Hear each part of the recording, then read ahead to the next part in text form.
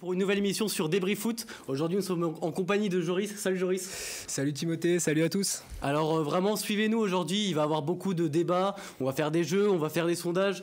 Il y a beaucoup de chroniqueurs qui sont avec nous. Ça va tourner. Vous allez voir des nouveaux visages à chaque fois. Et ça va être dans la bonne ambiance. Aujourd'hui, on va commencer avec l'affaire Ronaldo qui a beaucoup fait parler ces derniers jours.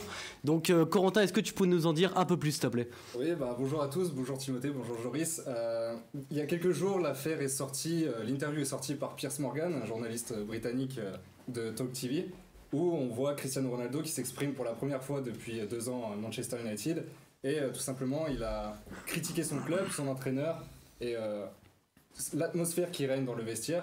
Et il a dit, je cite, « S'ils ont essayé de me forcer à partir, oui, pas seulement le coach, mais des gens du club, je me suis senti trahi. Je ne devrais peut-être pas dire ça, mais je m'en fiche, les gens doivent entendre la vérité. » C'est des mots forts quand même, parce que là du coup, il a encore son contrat à Manchester, et du coup, ça le met vraiment dans le pétrin, là. Et ça fait justement l'effet d'une bombe dans la planète foot, en provoquant notamment la réaction du club Manchester United, qui a donné une amende d'environ 1 million d'euros. Bon, c'est rien pour lui, c'est rien. C'est rien pour lui, mais bon, ça reste quand même assez élevé pour juste des propos qui ne sont pas insultants. Mais... il est presque en train d'insulter son propre club, donc ça, c'est quand même un... C'est plutôt son entraîneur qui l'insulte, c'est pas son club. Oui, c'est vrai. On peut remarquer d'ailleurs que sur le stade, on enlève les affiches de lui. Hein. Ouais, j'allais en parler justement, oui, ça a été le moment fort d'hier soir, après la réaction, du coup, l'affiche qui rendait hommage à Cristiano Ronaldo à Old Trafford a été enlevée.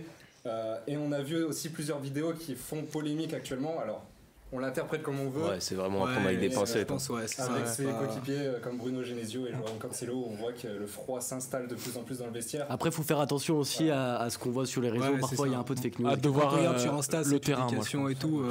Moi, ça me fait penser à l'affaire entre Mbappé et Giroud. On avait eu beaucoup d'images de front entre eux, et puis finalement. Et Griezmann aussi. C'est les médias qui font genre qu'il y a de l'animosité entre les deux, mais. C'est ça. Puis en plus, Ronaldo, il va être content parce qu'il est souvent mieux avec le Portugal. Et puis je pense que là, voilà, il a vidé son sac. C'est la star. Et ça va être. Est-ce que tu penses que cette affaire peut impacter sa Coupe du Monde? Sa Coupe du Monde, non. Par contre, on ne sait pas. L'après-Coupe du Monde, ça fait son retour, c'est vraiment. Moi, je vois un départ. Moi, je vois un départ. Tu vois où, toi, le départ? Pour moi, c'est obligatoire. C'est obligatoire. Manchester ne pourra pas le garder après. Mais tu le vois où tu le vois. Après avoir critiqué le club devant tout le monde. Bayern est allé voir. Manchester United on dit qu'ils allaient aller plus loin que l'amende en. C'est logique, $1 million. Ils vont notamment réfléchir sur une sanction qui pourrait concerner plutôt son avenir sur le terrain. Oui, mais dans tous les. De toute façon, la sanction, il joue déjà presque pas, donc ça va pas. Ouais, c'est ça. Je trouve ça triste quand même. Ouais. Merci Corentin. On va passer à autre chose. Donc, ce sera toujours en rapport avec le Portugal, parce que du coup, le Portugal est une vraie équipe à suivre pour cette Coupe du Monde. Merci Corentin, et on va accueillir des nouveaux chroniqueurs.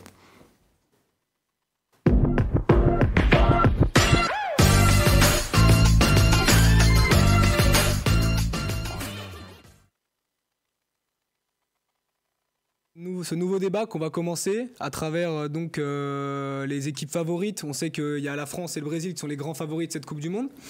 Mais aujourd'hui, on va parler des autres équipes qui peuvent être peut-être plus dangereuses que la France et le Brésil, avec notamment des attaques, des joueurs qui sont peut-être clés. On va accueillir en plus d'Alan et de Val. Bonjour à tous. Bonjour. Donc qu'est-ce que vous pouvez un peu nous dire sur les équipes dangereuses qui selon vous pourraient venir peut-être décrocher pour moi l'Uruguay, l'Uruguay, la Céleste, c'est une équipe piège avec un Godin très expérimenté en défense, accompagné d'Araujo du Barça. Est-ce que pour toi, Godin, il a encore le niveau pour jouer une vraie Coupe du Monde? C'est sûr, il a de l'expérience, mais est-ce qu'il a pour encore moi, le c'est niveau? un peu équivalent à un Dani Alves, c'est-à-dire que c'est dans le groupe, c'est important. Ça jouera pas tous les matchs, mais ça peut marquer sur corner. Je pense pas qu'une défense Jiménez-Araujo, ça serait peut-être plus compétitif. Sur ça. Ouais, moi aussi. En vrai, en réalité, ouais, mais dans le groupe, c'est sûr que ça peut apporter quelque chose. C'est un mec de vestiaire. Il a de l'expérience. Exactement. Mais aussi très expérimenté offensivement avec un Cavani, un Luis Suarez et un Nunez qui monte en puissance avec 9 buts en 10 matchs titulaires. En première ligue en plus, je trouve ça plutôt pas mal. Et puis le joueur clé de cette équipe, pour moi, c'est Federico Valverde. On va pas se mentir, aujourd'hui, pour moi, c'est top 5 des meilleurs joueurs du monde. C'est très solide. Même top 3. Ouais, c'est un joueur super complet. C'est 8 buts et 4 passes décisives déjà, alors que la saison vient de commencer. Il a mis Kroos sur le banc, ça monte en puissance. Tu l'alignes avec l'équipe, à chaque ligne, pour moi, elle a des joueurs. Ouais, et puis avec Tchouaméni en plus. C'est ça. Franchement, et Muslera qui est là depuis 10 ans, le groupe se connaît bien. Ça me fait franchement penser à l'Atlético de Madrid, fort défensivement, offensivement. Et Bon, après, l'Atlético de Madrid, moi, non, ça fait pas rêver, mais c'est une équipe piège. C'est des guerriers, c'est des guerriers. C'est ça. Donc ouais, pour moi, l'Uruguay, les gars. Moi, je vais partir sur le Portugal. Honnêtement, franchement, l'effectif, c'est le meilleur de la Coupe du Monde pour moi. Une paire de latéraux. Vraiment comme Cancelo et Mendes, on n'en fait plus, hein, vraiment c'est le top du top. Un quintuple Ballon d'Or quand même dans les rangs, même si bon c'est un peu...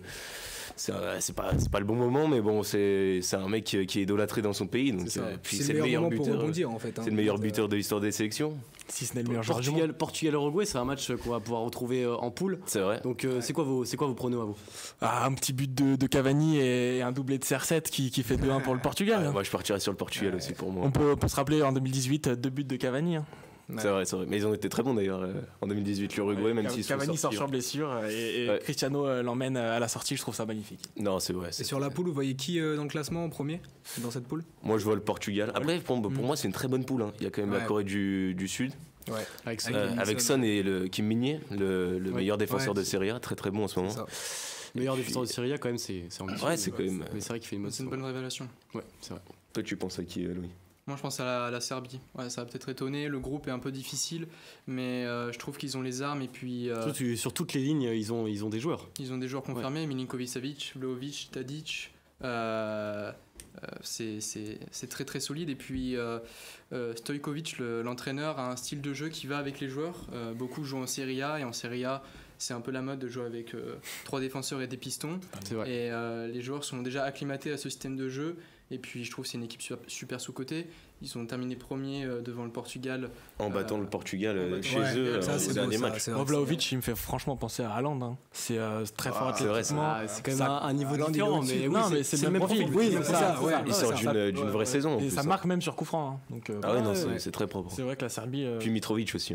Mitrovic, un des meilleurs. Fulham, cette année, il est pas épaulé par de grands joueurs, mais pourtant, c'est la première ligue. C'est le meilleur joueur. Il manque là, il est blessé. Et puis Fulham, ça va pas très bien en ce moment parce qu'on voit. Ils ont besoin de lui en fait. La Serbie qu'on retrouvera contre le Brésil pour ce premier match test en poule jeudi prochain. Ouais. Et le Portugal d'ailleurs qui va jouer ce soir son match de préparation pour la Coupe du Monde face au Nigeria à 19h45 sans Ronaldo, malade. Il aurait une gastro. Donc, d'ailleurs, il repos je pense. Histoire de voir peut-être de nouvelles têtes. D'ailleurs, Corentin, je crois que dans ce groupe-là qui est complété par le Ghana a joué aujourd'hui. Et oui, le Ghana a joué et grande surprise de ce match de préparation parce que la Suisse qui était en face avait son équipe à peu près type pour la compétition, a perdu 2-0 donc face au Ghana. Alors ça peut être inquiétant pour les Suisses, mais ça montre que le Ghana a vraiment des arguments solides pour ils ont des atouts à faire valoir, ils sont très bons. Il y avait Yann Sommer dans les cages ou pas? Parce qu'il était il était titulaire. Était titulaire. Merci à tous. Merci beaucoup. Merci. Aujourd'hui, nous allons passer du coup maintenant au prochain sujet. Donc ça va être une petite chronique rapide, mais on voulait quand même revenir dessus parce que c'est une scène qui est assez cocasse. Donc Corentin, la scène des faux supporters dans les rues de Doha. Donc est-ce qu'on pourra avoir la vidéo ?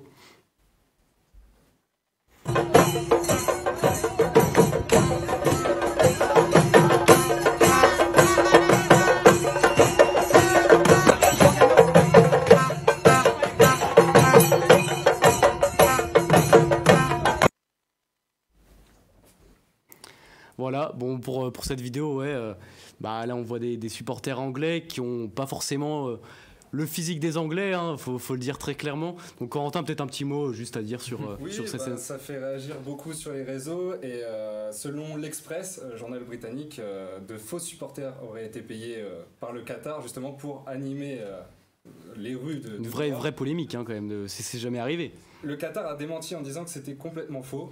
Maintenant, les vidéos sortent de Qatar Living, une agence de com qatari. Donc, Ça reste. Puis on voit aussi sur les réseaux, apparemment, depuis cet incident-là, il y a des quiz qui sont posés envers les supporters pour tester leur culture et puis démentir un peu la polémique. Mais pour moi, je sais pas. Bon, ça fait plus rire qu'autre chose. Voilà, Après, c'est dommage, parce qu'on a déjà pas mal de polémiques autour de la Coupe du Monde, ça fait encore plus un bad buzz. Quoi. Sachant qu'en plus, on n'a pas les vrais chants des supporters anglais. C'est ça. Que là, c'est pas du tout la culture anglaise qui est mise en avant. Après, on verra quand les supporters ils arriveront. Oui, ça va pas tarder. Peut-être qu'il y en aura beaucoup, on sait pas encore. Après, à voir si les stades seront remplis ou pas. Vu la taille des stades, on verra bien. Puis la distance aussi. Ça reste une Coupe du Monde, mais ça reste une Coupe du Monde. Les stades sont assez isolés. C'est ça. Parce qu'on soit au Japon, au Brésil ou au Qatar, les stades seront pleins, ça c'est sûr et certain. C'est ce qu'on espère en tout cas. On va passer tout de suite au deuxième débat avec la première grosse affiche de cette Coupe du Monde qui se passe lundi, c'est le Sénégal face aux Pays-Bas. On sait que Mané est dans la liste du Sénégal, mais qui débutera pas le match contre le Pays-Bas parce qu'il est encore sur blessure. Qu'est-ce que vous en pensez de cette affiche ? Est-ce que le Sénégal, malgré l'absence de Mané, peut essayer de remporter le match ? Pour moi, oui, le Sénégal peut.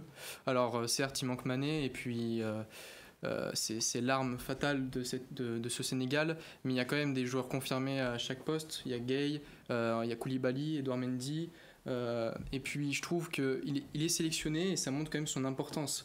Il sera là dans les vestiaires, il a une certaine aura, une certaine expérience, et pour les joueurs sénégalais, ça peut être un exemple. Il est idolé, surtout dans son pays. Mané, c'est un peu comme nous pour Zidane en fait. Donc pour moi, il sera écouté. Et encore puis, plus même, je dirais. Hein. Il donnera envie aux joueurs de se dépasser. Ouais, il sera écouté, mais il est pas sur le terrain, donc je pense que c'est pas pareil quand même. Sur le terrain, il aurait pu pousser les joueurs à après, il faut prendre la qualité technique, etc. des équipes. Hein. Se comparer aux Pays-Bas quand même avec un Frankie de Jong, Virgil van Dijk, Memphis Depay, même s'il est incertain pour le premier match. Simons aussi, Simons qui fait un gros début de saison avec le PSV. C'est sûr qu'il y a une différence d'effectif entre, même si le Sénégal a certains très bons joueurs. Franchement, le Pays-Bas, au niveau des gardiens, c'est assez, c'est dépourvu de talent. C'est peut-être leur plus gros point fait pour moi. Après, mais ils ont une belle défense quand même. Non, mais toi, tu partirais plus sur les Pays-Bas du coup. Ouais, largement. Ils ont de l'expérience. Le Sénégal, c'est quoi ? C'est 2 participations à la Coupe du Monde, c'est quand même assez faible. Et les Pays-Bas, ils arrivent en pleine confiance, c'est 15 matchs sans défaite. Après, Sénégal, ça gagne la CAN quand même. Sénégal, ça gagne la CAN, mais moi, ils m'ont pas convaincu. C'était fébrile sur les derniers matchs. Ils ont perdu 2-0 contre le Liberia, et le Liberia, c'est quand même pas... C'est pas très solide. C'est une sorte de poule qu'avec une victoire. C'est vrai. Et ils ont un parcours assez facile. Et surtout que ce sera la première fois que les deux pays vont se rencontrer en compétition officielle, donc... Voilà, match à suivre lundi à 20h. Maintenant, nous allons passer du coup on va faire un petit point comme on le fera à chaque émission. Donc, ça s'appelle le point bleu. On va voir tout ce qui se passe en équipe de France.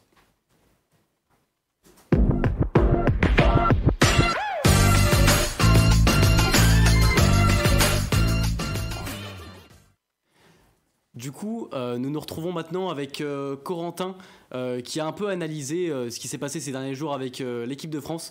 Donc tout d'abord, il s'est passé l'affaire Lloris, si on peut l'appeler comme ça, avec du coup Hugo Lloris qui a donné une conférence de presse et qui a indiqué qu'il ne voudrait pas porter le brassard de capitaine aux couleurs du drapeau LGBT. Corentin, peut-être quelque chose à rajouter ? Non, pas par rapport à ça, c'est surtout par rapport aux valeurs des Qataris. Voilà, c'est chez eux, on va pas non plus... On sait que c'est pas dans les lois du Qatar, donc voilà. Ça c'est l'explication qu'a donné Hugo Lloris. Aucune homophobe. Il n'est pas du tout homophobe ou quoi. Oui. Voilà. Et au niveau des blessures, tu peux nous faire peut-être un récapitulatif avec l'arrivée de Koulibaly qui vient de rejoindre le groupe. Oui, justement, il a rejoint aujourd'hui le groupe France à Doha et alors Koulibaly, il est là pour pallier la blessure de Christopher Nkunku. On l'a appris, blessé au genou et c'est un choix qui fait débat quand même parce que en cas de blessure d'Antoine Griezmann, on se demande vraiment qui jouerait à son poste. Nabil Fekir aurait peut-être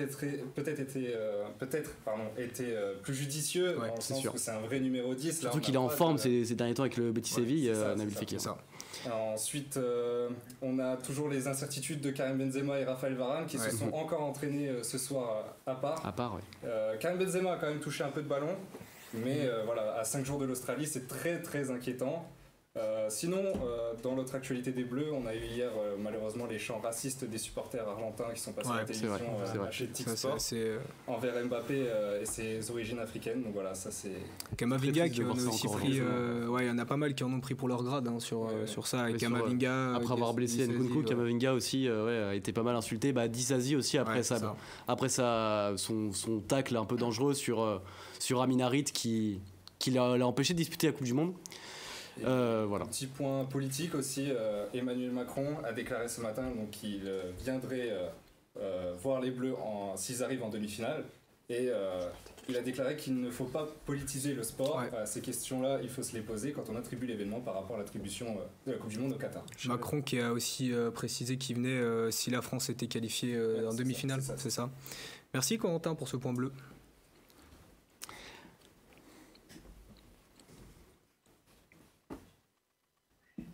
Bon maintenant, on va passer sur un troisième débat. Donc Valentin et Alan nous ont rejoints, ainsi que Jordan. Le débat va tourner autour du groupe de la mort. Donc il y a plusieurs groupes qui sont très relevés, normal, c'est la Coupe du Monde.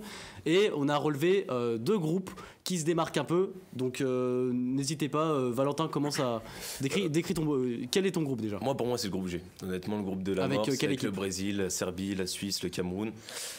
Ça fait peur. Honnêtement, le groupe est très costaud. On a déjà parlé de la Serbie tout à l'heure. Première de son groupe en battant le Portugal chez eux à la fin.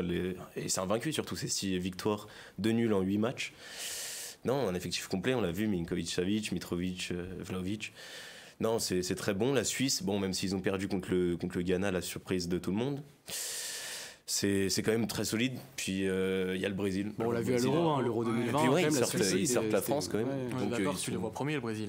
Ouais, le Brésil pour moi ils sont intouchables, même si je pense qu'ils peuvent quand même faiblir contre des équipes. Je pense que ils sont premiers mais pas beaucoup, tu vois. Ils vont peut-être pas gagner tous leurs matchs. À voir, parce qu'ils sont quand même très en forme, même s'ils jouent des équipes d'Amérique du Sud. Mais c'est quand même très fort. Beaucoup d'espoir dans la Suisse. Si, parce que pour moi c'est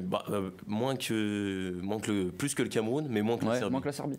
Moins que la Serbie. La Serbie, j'ai vraiment confiance en eux. Ça peut être la surprise de cette Coupe du Monde. Non, pas la Suisse.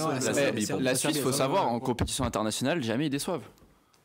Ils ont des cadres, ils sont là depuis des années. Avec Yann Sommer aussi qui tient vraiment bien la route. Même Shaqiri. Oui, puis c'est un groupe qui se connaît très bien, puisqu'en 2018, on avait exactement le même groupe avec le Brésil, la Suisse et la Serbie qui s'étaient affrontés. Il y avait juste un petit changement, c'était le Costa Rica qui était là et pas le Cameroun. Et le Brésil avait terminé premier avec 2 victoires et un match nul, qui était contre la Suisse justement. Et la Suisse qui avait terminé deuxième. Après la Serbie n'avait pas encore le même effectif c'est vrai que cette année. D'autres groupes peut-être moi le groupe F, honnêtement, je vois bien la Belgique en première position avec un De Bruyne qui porte son équipe, avec des passes décisives pour Lukaku. De Bruyne qui est encore très en forme cette année avec City. Et un Courtois, un mur. Mais là moi je suis obligé d'intervenir. Non mais je suis désolé, j'aurais dit le même groupe F, groupe de la mort. Par contre cette année moi je vois le Maroc vraiment finir premier. Position, je la vois devant la Belgique. Amin Harit, vous l'avez blessé. En fait moi je parlais honnêtement, je vois la Belgique flop. Mais je vois le Maroc aujourd'hui, ils ont un effectif de ouf. C'est vrai que moi sur toutes les lignes, le Maroc. De quoi? Pour moi j'ai très peu d'espoir en la Belgique. Ouais, la Belgique cette année je les sens pas. Et le Maroc sur toutes les lignes, ils ont un gardien Bounou, titulaire assez bien, des meilleurs gardiens de Liga. Sacré meilleur gardien de Liga d'ailleurs. La saison dernière. Achraf Hakimi aussi surtout. Hakimi, Aguerd. Hakimi il est en feu. Mazraoui. Devant En-Nesyri. Non mais je veux dire par rapport à la Croatie qui vont en finale en 2018, même si c'est plus la Croatie, c'est plus le même. Mais avant Mario vieillissant. Moi je les vois troisième avec la blessure d'Harit en plus. Enfin je vois il y a pas de créativité, ça fait pas rêver le Maroc aujourd'hui. Si je me mouille, je dirais que la Croatie et le Maroc passent et Belgique troisième. Tu sais qu'en vrai quand tu y repenses, la Belgique. Mais quand tu vois les joueurs qu'il y a maintenant en 2022, si c'est presque le même groupe qu'il y a en 2018, ils sont plus la même forme. Belgique. La Belgique, Hazard, c'est plus même. Hazard, il est en difficulté en ce moment. Puis t'enlèves De Nayer, Vertonghen, Alderweireld qui sont plus du tout en rythme. Après, pour moi, le joueur clé de la Belgique, c'est Tielemans. Tielemans, très solide. De Bruyne. Solide. Oui, après c'est vrai. De Bruyne. Mais en vrai, on parlait d'Hazard, mais Hazard avec le Real, ça fait 3 ans, il fait plus rien. Mais dès qu'il a été appelé, il déçoit pas le mec avec la Belgique. À voir. Après sa condition physique a pas mal fait parler, même s'il est revenu quand même pas mal ces derniers mois. Et pour savoir, vous le mettrez titulaire vous, Hazard? Bien sûr. Sur la compo de. Je pense que. Ouais, tu peux pas le mettre sur un mec comme ça, tu peux pas le mettre sur banc. C'est comme Ronaldo avec le Portugal, tu peux pas le mettre sur banc. Ouais, tu vois, c'est un peu le même type. Ouais. Et on est d'accord, le Canada dernière position, hein, avec un. Bah, c'est dommage, c'est pas trop d'Ajax, jeune. quoi. Avec un groupe très très faible, un groupe de 26 joueurs très très faible quoi. Non, trop Ouais, jeune. quelques cadres, Davis, David, enfin. Ah, mais Davis, il a 20 ans quoi. Oui, non, mais quand Mais je c'est dis cadre, ouais, c'est des mais joueurs c'est qui fou jouent de à se très dire que très le haut mec à niveau. 20 ans, mais- c'est déjà un cadre. Ça veut Ouais. dire que ça me prouve que leur effectif. L'équipe est très joue pas jeune. à son poste, hein, il est latéral Ouais. gauche, il joue. Oui, c'est sûr. Ouais. Ça me fait un peu penser à là-bas quand il joue avec son pays. Avec Ouais. l'Autriche. Ouais, Mm. c'est exactement ça. Ils ont Bah, là-bas, ils jouent tous les postes. mais- David. C'est vrai. C'est ça. David. Ouais, Jonathan David moi aussi. Ouais, mais c'est surcoté les gars, on est en Ligue 1 là, on parle de la Coupe du Monde, ça marquera pas 5-6 buts quoi, ça. En poule, Non, ça bah, un en petit vrai, peu contre le Brésil. Non, mais Moi, ça c'est passera vrai. pas. Ça passera pas. C'est comme le Cameroun pour moi dans mon groupe. Ouais, pour moi, c'est trop faible. Même si. Il y a Choupeau, mais. Ils ont rien à perdre. Il y a Choupeau. Zambie aussi. Bon, désolé, Il y a Zambie, on est pris par le temps. Ouais, c'est la passion. Va falloir. Maintenant, on va passer à la prochaine rubrique. Donc, c'est une rubrique qu'on pourra aussi retrouver toutes les émissions. Donc, ça s'appelle le joueur clé de Louis. Voilà, on accueille Louis et merci à tous les trois. Merci à vous les gars.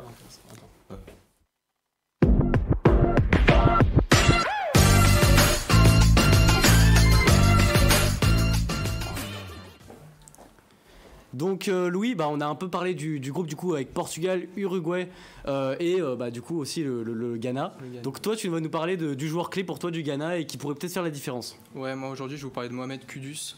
Alors moi je vais être honnête, avant je le connaissais pas, un peu sur FIFA quand même, mais un mec, un Ghanéen formé à North Island au Danemark et qui a comme joueur clé Assez atypique comme André Ayou. Ouais. comme Monaco, parcours, hein. ouais, c'est assez atypique Ouais. d'être africain et d'être formé comme ça au nord de l'Europe, au Danemark. Mais North Island a une base quand même africaine et je crois qu'ils ont une dizaine de joueurs qui viennent de C'est ça. là-bas. Les joueurs africains sont actuellement. Ah ouais, quand même. Ouais, c'est ça. Ok. Voilà. Donc ils ont vraiment tout pioché là-bas, quoi. Et à l'été 2020, il va partir à l'Ajax, dans un des plus grands clubs historiques. Et puis au début, il va pas trop jouer, il va gratter quelques minutes. Et puis après les départs successifs de Ten Hag et de Haller, Ouais. il va avoir sa chance en tant que buteur, faux neuf pour être plus précis. Puis là-bas, il va exploser. Il est man of the match contre les Rangers. Il met un but et une passe D. Il met un super but contre Liverpool. Et c'est un mec que j'adore parce qu'il dynamise vraiment le jeu. C'est un électron libre. Très intelligent dans ses courses, etc. C'est quoi ses plus grandes qualités pour toi? Sa polyvalence au niveau offensif, il peut jouer partout. Et puis sa vitesse, sa percussion, sa frappe. Pour moi, c'est un joueur qui est très complet sur le Et plan il a des matchs références avec le Ghana? Il manque un peu d'expérience quand même, non? Il manque un peu d'expérience avec l'équipe nationale et je pense qu'il va faire ses preuves dans cette Coupe du Monde. Puis pour revenir sur le Ghana, je crois qu'ils ont perdu. Non, ils ont ils ont gagné. gagné, Ouais, ouais. Ouais, mais il n'était pas Mais sans, titulaire, c'est Il ça. n'était pas titulaire, Ouais, même c'est ça, pas ouais. pas sur la feuille de Non, il match. était pas sur la feuille de de match, Mais Donc, le Ghana qui doit se racheter parce qu'ils ont fait une mauvaise canne, ils n'étaient pas qualifiés lors de la Coupe du Monde 2018 si je dis pas de bêtises. Et ils ont renouvelé tout leur effectif. Il y a les naturalisations de Inaki Williams, Tariq Lamptey, Salissou qui sont super importantes. Et c'est vraiment une équipe à suivre. Et Kudus, il sait dans son parcours d'où il vient. Et dans une interview, il a dit je veux rendre fier le Ghana. Et pour moi, c'est quelque chose d'important. Un gamin de 20 ans qui veut rendre fier son pays. Je pense qu'il a les épaules pour.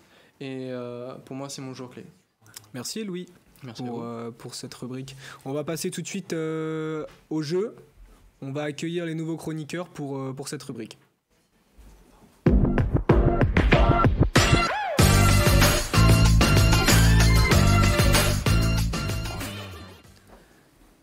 Et donc oui, le jeu de l'émission, donc Débrief Foot, ce sera pas tout le temps le même jeu. On va essayer de varier suivant les thèmes qui peuvent être abordés durant les émissions. On est avec Anthony, Jordan et Joris. Salut Joris d'ailleurs, qu'on vient de revoir. Salut, bonjour à tous. Et donc voilà, le jeu aujourd'hui, c'est que du coup, on va vous décrire certains joueurs, donc avec leur palmarès, des trucs comme ça. Et le but, c'est de deviner tout simplement le joueur. Et c'est les joueurs les plus capés en Coupe du Monde. C'est ça. Intéressant.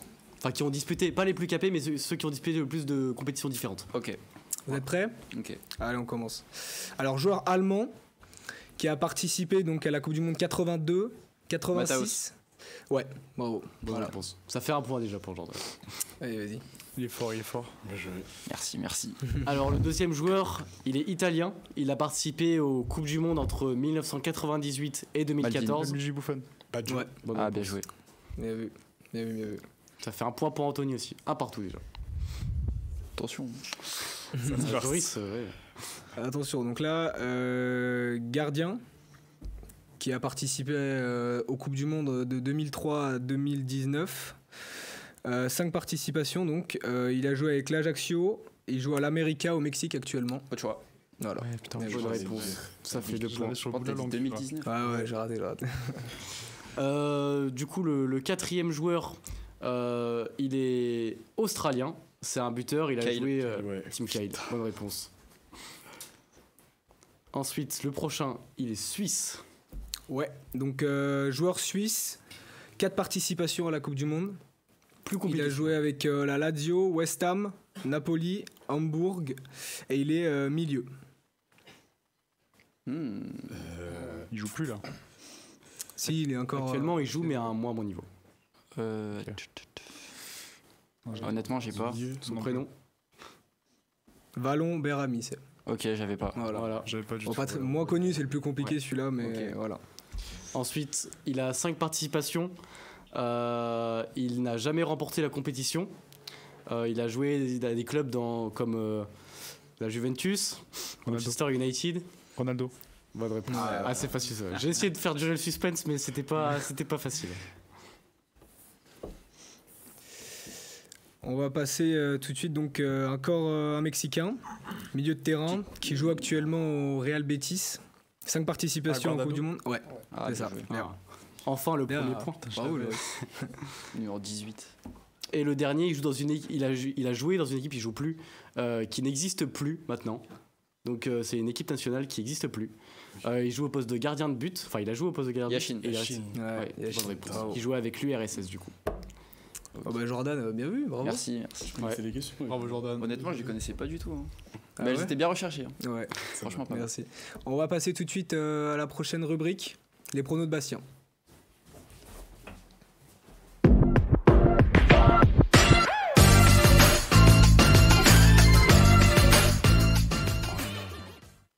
Une rubrique que vous retrouverez du coup à chaque émission aussi, ça va être très régulier où on aura Bastien pendant toute une rubrique tout seul et puis bah voilà, on t'écoute. Ok, merci.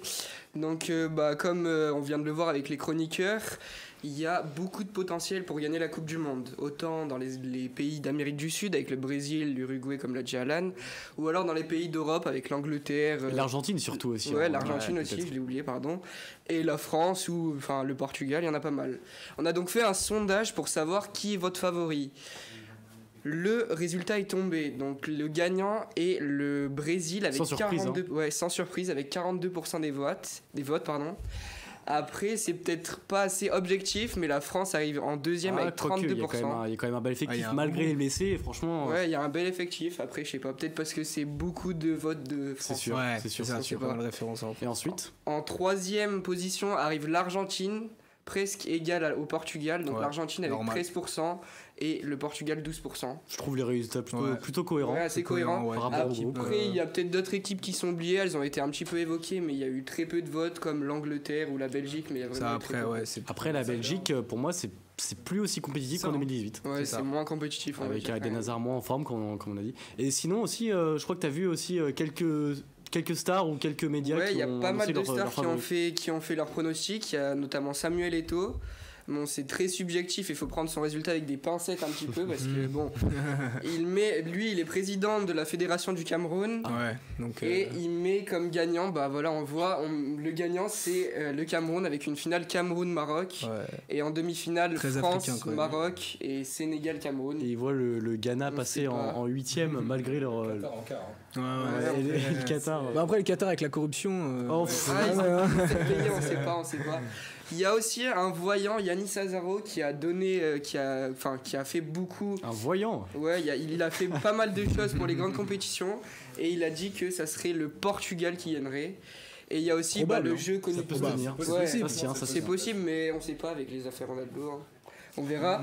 On verra bien. Mais C'est solide. après, il y a aussi le grand jeu que tout le monde connaît, FIFA 23, et ils disent que c'est l'Argentine qui gagnera. Et aussi, On c'est verra. important de dire qu'ils avaient prédit la France vainqueur en 2018. Ouais, ils avaient Donc, pris. ouais.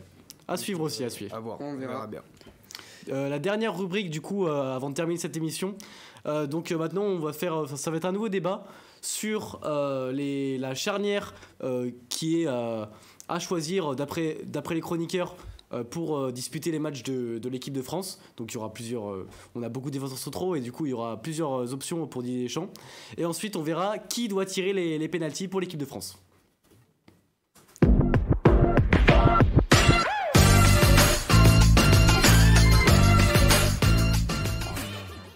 Rebonsoir à tous les trois. Alors du coup vous m'avez tous les trois donné votre avis sur les joueurs qui devraient avoir ces rôles-là. Donc on va commencer par qui doit tirer les pénaltys en équipe de France. Et Anthony, je te laisse commencer. Alors pour moi ça va être simple, ça va être Benzema. Parce que déjà il les a déjà tirés à l'Euro 2021. Il les tire très bien avec le Real Madrid. Moi je me souviens d'une Panenka contre Manchester City en Ligue des Champions. L'année dernière. Voilà, c'était incroyable. En plus, même à si ce moment-là, même moi, Barcelonais, je trouve ça incroyable. Donc, pour vous dire, ouais, moi je mettrais Benzema. Benzema qui est presque sur un sans faute avec le Real Madrid aussi sur les pénaltys, je crois. Depuis il en reste quelques-uns quand même. Mais okay. Sinon, pour moi, Benzema, clairement. Et toi, Louis, tu verrais qui tirer les pénaltys en équipe de France? Moi, je vois Mbappé pour passer le flambeau de Griezmann à Mbappé parce que ça va être l'avenir. Alors, il a raté son pénalty contre la Suisse, mais je pense qu'il a cet esprit de revanche qui va faire en sorte qu'il va prendre les pénaltys, il va vouloir se racheter et je pense que c'est lui qui va et tu penses pas justement qu'il va se remémorer ce souvenir de pénalty raté contre la Suisse qui nous élimine de l'Euro 2020? Si, mais justement ça va être quelque ça chose de motivant. Ça va le booster plus qu'autre chose. Ça va le booster, exactement. Et pour toi, Joris? Pour moi, je pense qu'il faut laisser Griezmann. Franchement, il a tiré en 2018 très bien. Ouais. Là même, je me rappelle aussi à l'Euro 2016. C'est lui qui tirait, donc Euro 2016, Coupe du Monde 2018. Donc je pense que les pénaltys, c'est une question de confiance. Et puis Griezmann, il a cette confiance. Le coach, il sait très bien qu'il les tire bien. Même si en club, c'est compliqué. Et qu'il y a une période aussi difficile avec l'équipe de France. Exactement. Il y a 3 pénaltys consécutifs ratés entre 2018 et 2020. Voilà, après, c'est une question de confiance. Benzema aussi, je verrai en deuxième position. Et après, pour moi, Mbappé, il n'a pas encore cette étoffe-là de tirer les pénaltys, surtout en équipe de France. Moi, je le vois pas. Surtout après, c'est ça, un raté en 2018, c'est peut-être compliqué de reprendre une confiance sur une Coupe du Monde. C'est ça, sur une compétition internationale comme celle-là, peut-être compliqué. C'est sûr.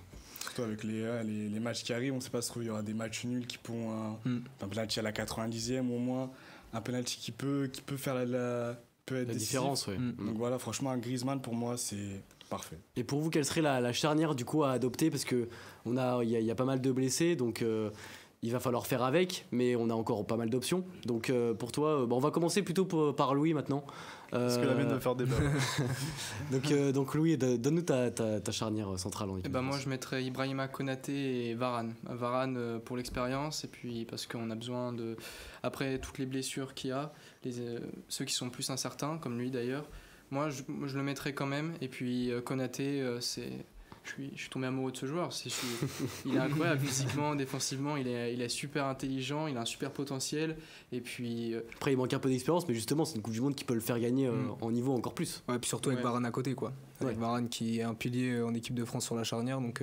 En tant que papa, on va dire. Ouais, et toi, Joris, qu'est-ce que t'en penses? Moi, Varane, de toute façon, imbougeable. Je pense que même s'il revient de blessure, je pense qu'il sera là. À ses côtés, moi, je verrais plus un Upamecano, titulaire au Bayern. Même c'est une très belle saison au Bayern. C'est en équipe de France, ça n'a pas toujours été facile, bien pour lui. Je pense qu'il pareil, comme Konaté, il faut donner la confiance. Après, Konaté aussi à Liverpool, il n'est pas titulaire indiscutable. Après, il y a de la concurrence, il y a de la vraie concurrence quand avec même. Van Dijk, du Gomez et tout. C'est ça. Donc non, franchement, Upamecano, Varane, je pense que ça peut fonctionner. Après, voilà, je pense que Didier Deschamps, il va tester. Il sait pas encore parce que avec le forfait de Kipembe. Et après, il a des jeunes, Saliba aussi, Koundé qui peut être là. Donc non, pour moi, je pense Varane ou Upamecano. Et avec Axel Disasi aussi. Exactement. Qui a rejoint le groupe et qui peut être une option de Didier Deschamps. Non, et puis voilà aussi, je pense l'avantage de la France, c'est que sur la poule, ils ont eu la chance un peu encore une fois de tomber sur une poule pas trop forte. Donc voilà, pour tester, ça peut peut-être être aussi une bonne chose. Attention à pas trop sous-estimer la poule. Ouais, mais... L'Australie, ça devrait le faire quand même. Le Danemark. Après, on n'est pas très bon non plus. Pas trop sur le Danemark, on les a souvent en plus. Le Danemark, dernier match, on a perdu contre eux. C'est le Danemark le plus dangereux. Et toi, Anthony, du coup? Moi, je verrais. En vrai, Varane, il est imbougeable, j'avoue. Mais par contre, à côté, je verrais William Saliba. Surprise. En fait, lui, ce joueur, il va vraiment impressionner. Parce qu'au début, c'était un déchet avec Arsenal. C'était en Déchet, c'est un grand mot, mais oui, Bah, c'est compliqué. il Compliqué était à pas s'imposer, désiré, oui, c'est c'est un ça, espoir. s'imposer, Il était quoi. pas désiré par le C'est ça, club. abusé des déchets. Du coup, ils l'ont prêté à l'OM. Il était jeune. À l'OM, il a explosé. Maintenant, c'est un pilier de l'équipe, quoi. Ouais. Et avec cette saison, avec son club, il a 93% de précision de passe. Il a que 11 buts concédés sur 11 matchs. La Et c'est saison rarement d'Arsenal, sa elle est faute, en vraiment à plus. noter parce que Ouais, tous ils les sont joueurs de la premiers, Copa font premiers, une saison avec incroyable. des- Tous les joueurs de deux cette points, équipe sont trois points incroyables d'avance. et Je crois, William ça, Saliba en fait partie. En connaissant la Et, difficulté de la bon. première ligue, c'est sûr. Bon, que, ouais. Vous allez me dire qu'il n'a pas d'expérience internationale, certes, mais par exemple pour un match contre l'Australie, ce serait super intéressant de le mettre à côté de tester, Varane. ouais, Quoi. complètement. Et sinon, à part William Saliba, on a aussi Jules Koundé, donc là ouais, ça fait un peu plus débat. Mais Après, moi, avoir j'ai si bien Jules sa Koundé n'est saison pas avec plutôt Barcelone, préféré en droite. poste latéral. latéral ou piston. Peut-être latéral droit, moi je le vois plus central, mais parce C'est un que. remplaçant de Pavard. En tout cas, pour Ouais. Deschamps, c'est Ouais. plus ça. Ok. À voir, à suivre. Trois avis différents, ouais. Ouais. Les, Non, mais oui, c'est. les auditeurs en ont pour leur choix, là. C'est ça, c'est ça. Merci à tous. De rien, merci à vous. Merci pour cette Merci émission. à vous. Rendez-vous du coup dès dimanche à 17h pour le coup d'envoi de cette Coupe du Monde avec un match d'ouverture Qatar-Équateur. On se retrouve aussi du coup lundi pour cette première émission dès 18h en live sur Twitch. Merci de nous avoir écoutés. Merci à tous les chroniqueurs. Merci aussi à la Merci à régie vous. d'avoir été là. Et puis on se dit à lundi prochain. Merci à tous, à lundi.